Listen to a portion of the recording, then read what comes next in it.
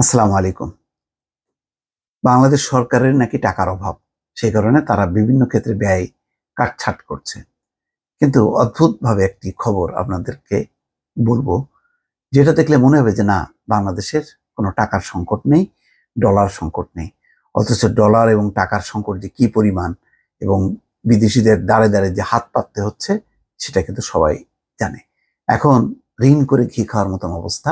সেই অবস্থায় সরকারি খরচে হজে যাচ্ছেন ৭১ জন, ব্যয় ৩ কোটি টাকা। কেন এই অবস্থায় সরকারি খরচে ৭১ জন যাবেন হজ করতে এবং তাদের পিছনে কেন ৩ কোটি টাকা ব্যয় হবে? এই টাকা কার? কোথা থেকে আসলো? এর কোনো জবাব আছে? না, জবাব নেই। এই ৭১ জন, তাদের মধ্যে আছেন অবসরপ্রাপ্ত সচিব, বর্তমান বিচারপতি, বীর মুক্তিযোদ্ধা, রাজনৈতিক ব্যক্তি ও সরকারি কর্মচারী রয়েছে। এদের পেছনে খরচ হবে প্রায় ৩ কোটি টাকা। এগুলো এক ধরনের, কি বলবো, এটা বলা উচিত না।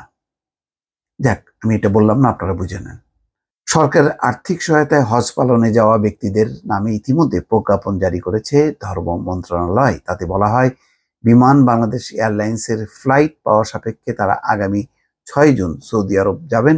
হজ শেষে তাদের দেশে ফেরার কথা আগামী ১০ই জুলাই। ধর্ম মন্ত্রণালয় বলছে, গত বছর সরকারি খরচে যান ২৩ জন, আর এবার হচ্ছে ৭১ জন। মনে হচ্ছে যেন এবার সংকটটা আমাদের অনেক কেটে গেছে, সুতরাং এখন আরো সংখ্যাটা বাড়ানো হলো। এবার সরকারি খরচে হজে যাওয়া ব্যক্তিরা বিমানের টিকিট বাবদ ১,৯৪,৮০০ টাকা জমা দেবেন। এছাড়া প্রত্যেককে ৩৫,০০০ টাকা করে হজ অফিসে জমা দিতে হবে খাওয়া বাবদ।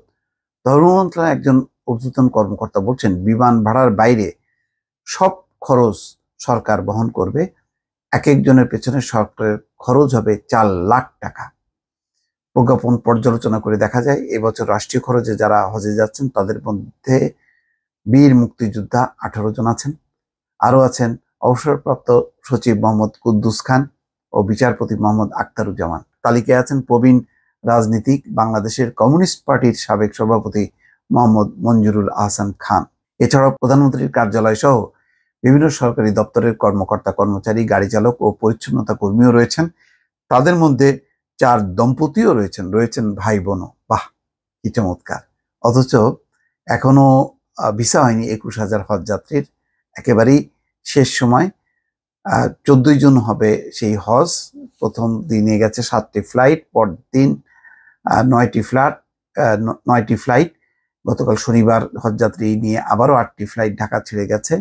আর চলতি বছর নিবন্ধন করেছেন ৮৩,৩৩১ জন। ধর্ম মন্ত্রণালয়ের তথ্য মতে গতকাল পর্যন্ত সৌদি আরবে ভিসা হয়েছে ৬০,০৫৬ জন হজযাত্রীর। এখনো ভিসা হওয়া বাকি ২১,৬১৯ জনের।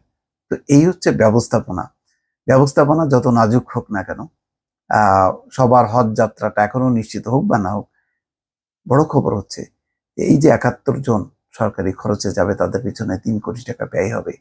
এটা কি এখনকার একটা সময় উপযোগী সিদ্ধান্ত? দর্শক, এই প্রশ্নটা রেখে বিদায় নিচ্ছি। ভালো থাকবেন। আল্লাহ হাফেজ।